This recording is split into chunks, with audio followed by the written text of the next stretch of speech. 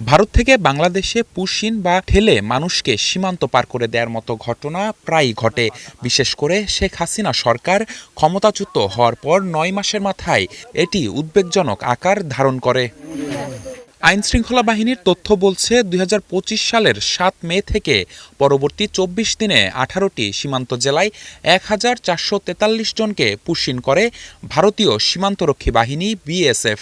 সে সময় সবচেয়ে বেশি ৩৮০ জনকে পুশিন করা হয় মৌলভীবাজারে, খাগড়াছড়িতে ১৩২ জন, সিলেটে ১১৫, কুড়িগ্রামে ৯৩, লালমনিরহাটে ৮৫, ঝিনাইদহে ৫২, ফেনীতে ৫২, হবিগঞ্জে ৪১, পঞ্চগড়ে ৩২, মেহেরপুরে ৩০, সাতক্ষীরায় ২৩, চুয়াডাঙ্গায় ১৯, ঠাকুরগাঁয়ে ১৯, চাঁপাইনবাবগঞ্জে ১৭, সুনামগঞ্জে ১৬, দিনাজপুরে ১৫, কুমিল্লায় ১৩ ও কুষ্টিয়ায় ৯ জনকে পুশিন করা হয়।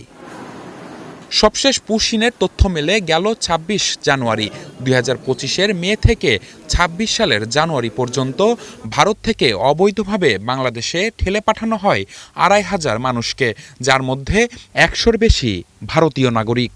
পশ্চিমবঙ্গ বিধানসভা নির্বাচন ঘিরে ভোটার তালিকা থেকে বাদ দেয়া হয় ৯০ লাখ মানুষকে, যার মধ্যে ৬৫% মুসলমান।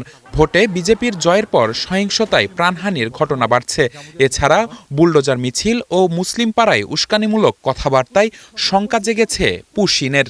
এরকম ইনস্ট্যান্স যেহেতু আছে, বাংলাদেশের বর্ডার সিকিউরিটিটা অবশ্যই এনহান্স করা উচিত। বাংলাদেশের পাশে যে কোনো সহিংসতা আমাদের জন্য একটা অশনি সংকেত আমি বলবো।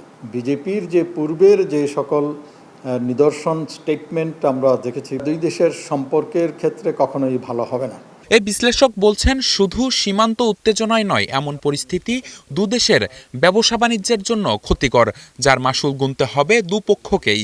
পুশিন করবে কি করবে না নির্ভর করছে ভারতীয় কেন্দ্রীয় সরকার বাংলাদেশের সাথে সম্পর্ক উন্নয়নে কতটুকু সচেষ্ট। ধরুন, নাগরিকদের মনে যে শঙ্কার কথা আছে, সেই শঙ্কার কথা বা উদ্বিগ্ন হওয়ার যে কথাগুলো, এই কথাগুলো ভারতকে জানাতে হবে এবং বলতে হবে, যাতে করে কেন্দ্রীয় সরকার তাদের পশ্চিমবঙ্গ সরকারের উপরে সেইভাবে নিয়ন্ত্রণ বা মাঠ পর্যায়ে যে নেতাকর্মী আছে তাদেরকে যেন সেইভাবে নিয়ন্ত্রণ করতে পারে। অন্য দেশের অভ্যন্তরীণ আগুনের আঁচ যেন কোনোভাবেই বাংলাদেশের মানচিত্রে না লাগে, সে বিষয়ে সতর্ক থাকারও পরামর্শ দেন নাঈম আশফাক চৌধুরী।